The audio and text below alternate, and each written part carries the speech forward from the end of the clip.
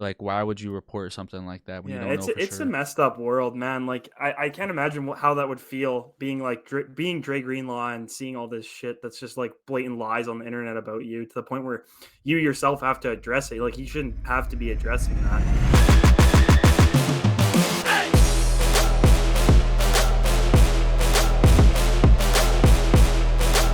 Welcome back to another episode of the Broncos Avenue podcast. I'm your host, Amir Farrell, with my co-host, Evan Petruk. A new Denver Broncos rookie has sent a bold message to the team. We're going to dive into the Broncos linebacker room. We're going to go through each and every individual player and their chances to make the team and what we envision for them in their 2025 season with the Broncos. But with that being said, Evan, how are you doing, man? I'm good, man. Got up on some much needed sleep this weekend and some exciting news came out and I just can't wait for the season, man. I know that we got like rookie mini camp and OTAs coming up still, but even preseason, I love preseason. So just getting it's still so far away, but I can't wait for that. So Yeah, it'll be here before we know it. Training camp's what, like July, going into August. Then August you got preseason. So really, we gotta get through May, and then next thing you know, we'll have like OTAs and whatnot, mini camp. And then we got to take that long break through June, and then we'll have training camp. So really, we got to get through like May and June, and then I feel like football will like officially be back. It won't obviously have that actual like live game preseason action, but training camp's fun, man, because you got position battles. Um, and you got a lot of these competitions within the certain positions. And speaking of, linebacker is an interesting one because a lot of Broncos fans thought we were going to address this position in the draft. Me and you kind of agreed in our mock drafts that they weren't going to go linebacker in any of their 7 picks, and they did not do that. But they did add two rookie undrafted free agents, which, by the way, one of them had some interesting things to say. It was Kansas linebacker J.B. Brown. He mentioned to Denver Gazette's Chris Thomason as the Broncos as a good fit for him, saying that the Broncos showed a lot of interest with his the guaranteed money that they gave him in $160,000 in guarantees. He said, "I feel like I have a good chance to make the 53-man roster," which is a very bold thing for a rookie undrafted free agent to say. He did mention that it was business at this point, to take somebody's job. That's what I came to do. Like, damn, this dude's coming to play ball, man. That's the kind of energy I love to see personally. Like saying, I feel like I have a good chance to make the team after the Broncos literally just signed one of the best linebackers in the league in Dre Greenlaw. Like he's coming to show some business, man. yeah, no, I think that kind of energy is very good, especially at such a physical position like linebacker, and just the impact he could have on special teams as well. He's clearly not going to make the team as a starter at the off-ball linebacker position. I'm pretty sure that's guaranteed. There's a long way to go for him to get there, but if he makes the roster and he can make a big impact on special teams, he could get himself an extension with the Broncos or with a different team. Make a name for himself in the league. If not, he might go back to cutting hair. But I think that with his mentality and physicality that he could bring to the position, I think it's a solid mentality to have, especially coming out as an underdog, as an undrafted free agent. So he didn't really have a lot of production in college, but I mean, hey, there's lots of guys that don't have production in college and turn out well in the NFL. It's just whether they're being utilized right or not, right? Yeah, I agree. I think he's gonna be a good fit in that competition with the linebacker room. Obviously, given the guaranteed money, the Broncos clearly do believe in his ability to compete with these other players. The Broncos also signed Karene Reed, the linebacker out of Utah, which a lot of Ute fans were raving about in this process. So I think, given his size, his physicality, his ability to play all around the football field, I mean, I'm not going to sit here and discredit what he's saying. His obviously what he thinks he's going to be able to make the team. So speaking of this linebacker room, let's go ahead and dive into all these players.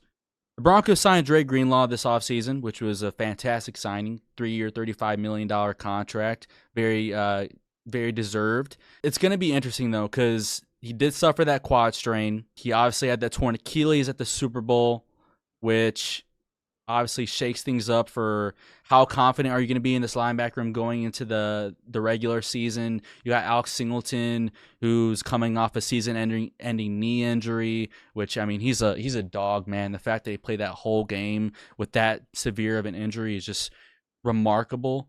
And then you got guys like Justin Strnad, who re-signed to a 1-year deal, but can he really fill in as a full-time starter if needed? Like if there's an injury to Alex Singleton or Dre Greenlaw again.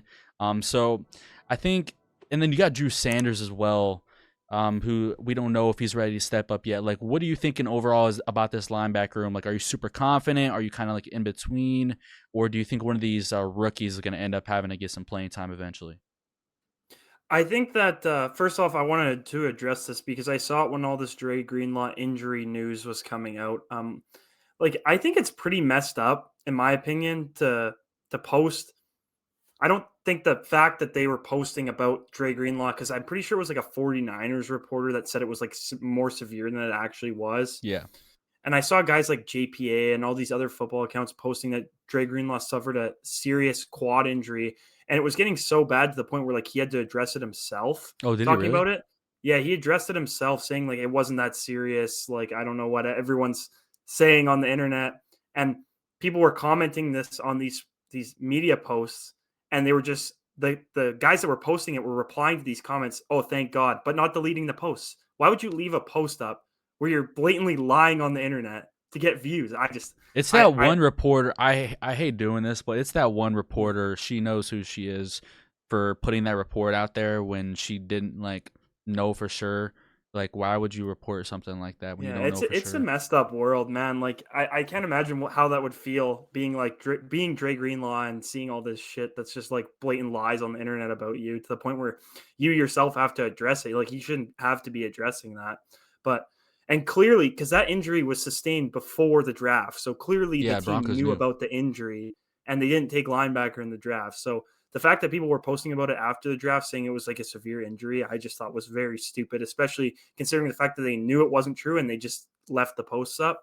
But anyways, I think the Dre Greenlaw contract's great. I know that's not what we were talking about, but you mentioned his contract details because if you can get his potential, you're getting an all-pro linebacker at an absolute steal of a contract.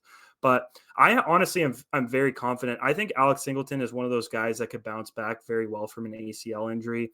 I know he plays fast and it's a position where you do rely on your ACL a lot. As much as people like to say it's a useless ligament, but or tendon or whatever it is, but um, it's just like you're stopping on a dime, cutting in, hitting gaps. It's a very physical position. So Yeah. I think that if there's anyone that can bounce back from it, it is Alex Singleton. But I do see like scenarios where Drew Sanders is going to get updated amount of snaps this year. I think that especially in passing and pass rushing scenarios, I can definitely see him getting used as a blitzer, just because he has that that off ball and edge experience at Alabama and Arkansas as well as in the NFL level. Even though he hasn't played much in the NFL, but he just what I mean. Like he's got that versatility, so he could very slot in very well.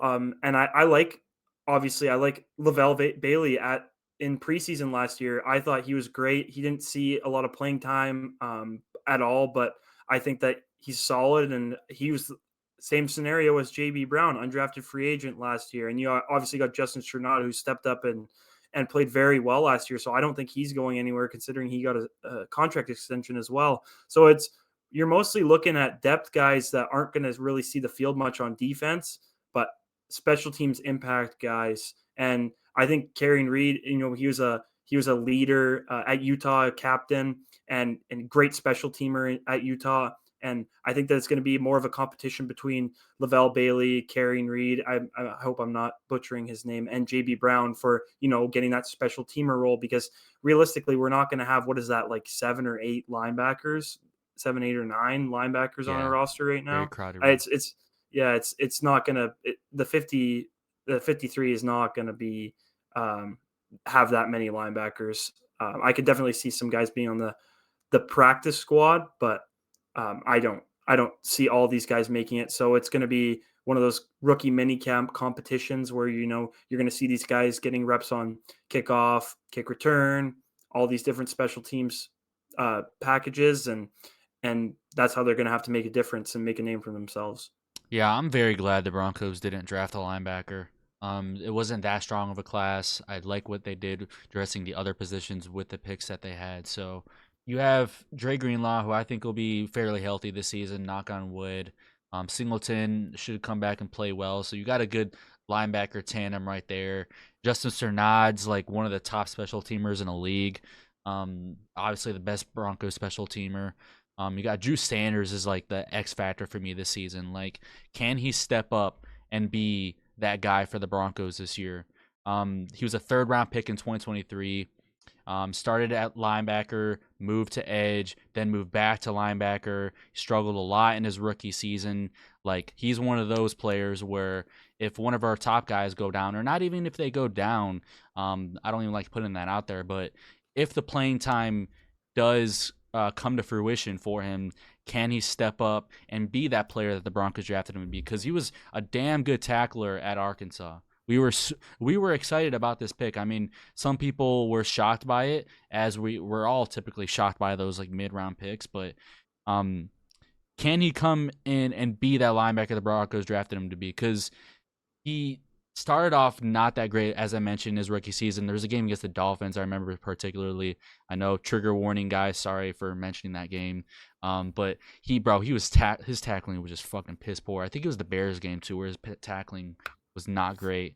Um, and the Broncos after that, they just kind of didn't give him much playing time, didn't give him much room to, make mistakes and improve from them. That's the only way you're going to get better is with experience. And I know he was a rookie third round pick, but even his second season, like moving him to edge just because he struggled at his natural position, he literally only played edge at Alabama, and that was for a very, very, very short period of time. So I'm going to say this now.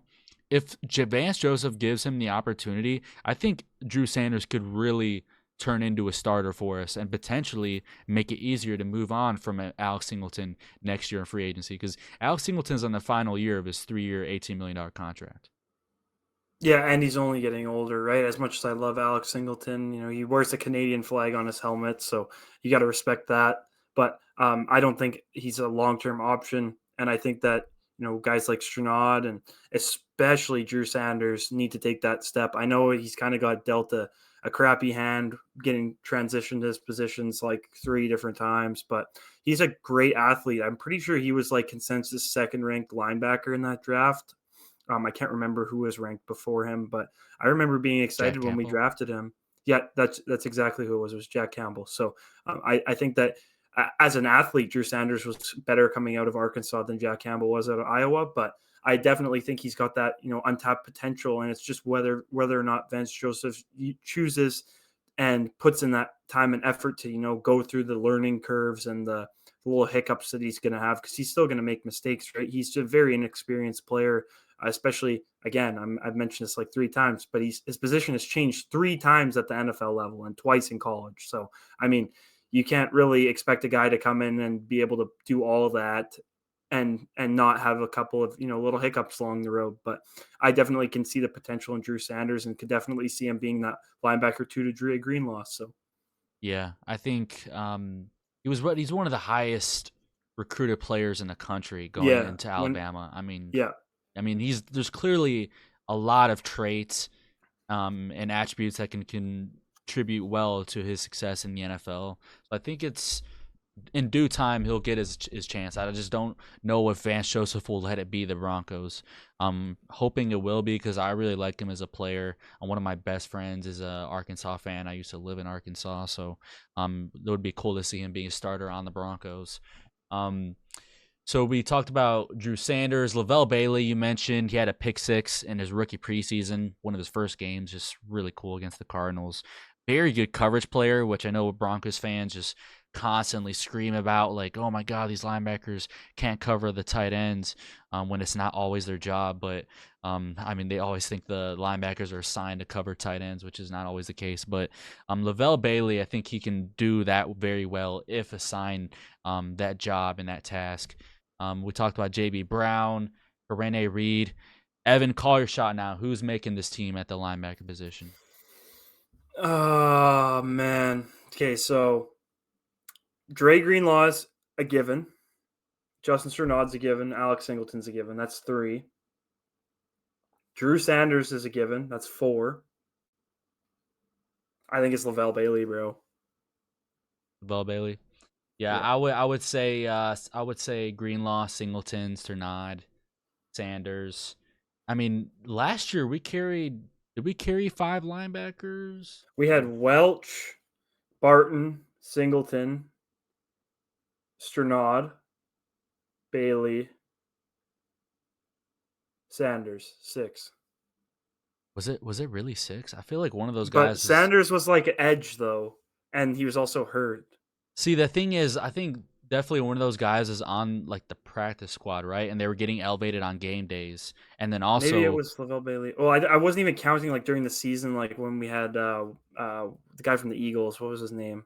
Yeah, Zach Cunningham. Zach Cunningham. That's who I was thinking of. Yeah, but like, does that really count? Because those guys were both on the practice squad getting elevated. Yeah, that doesn't count. That doesn't count. Yeah, Yeah, I'm just so talking I about don't like the know. active roster. And then usually they have one of the players as a healthy scratch on game days as well. So um Maybe I could see it's like it's realistically who performs better in rookie minicamp between Karene or Karine Reed and JB Brown, but I see Lavelle Bailey making the team.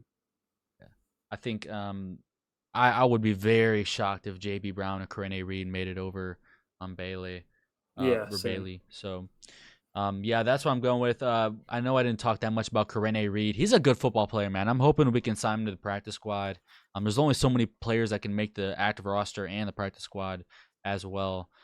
He's a little undersized at 6 foot 231, but It's like he's a got a big safety. yeah, exactly. He's got a good football IQ just because he looks like a DB playing that linebacker position, and he can get physical too. Like, don't underestimate his size. I just don't know if he can handle like being an NFL linebacker and a special teamer just yet. He can make for a good um, practice squad candidate. So that is going to be all for today's show. Hope you guys enjoyed. If you're listening on Spotify, make sure you guys drop a 5-star rating, turn notifications on, and do the same over on YouTube, leaving a sub. Greatly appreciated. But I'm your host, Amir Farrell, with my co host, Evan Petruk. See you guys in the next one. Peace out, everybody.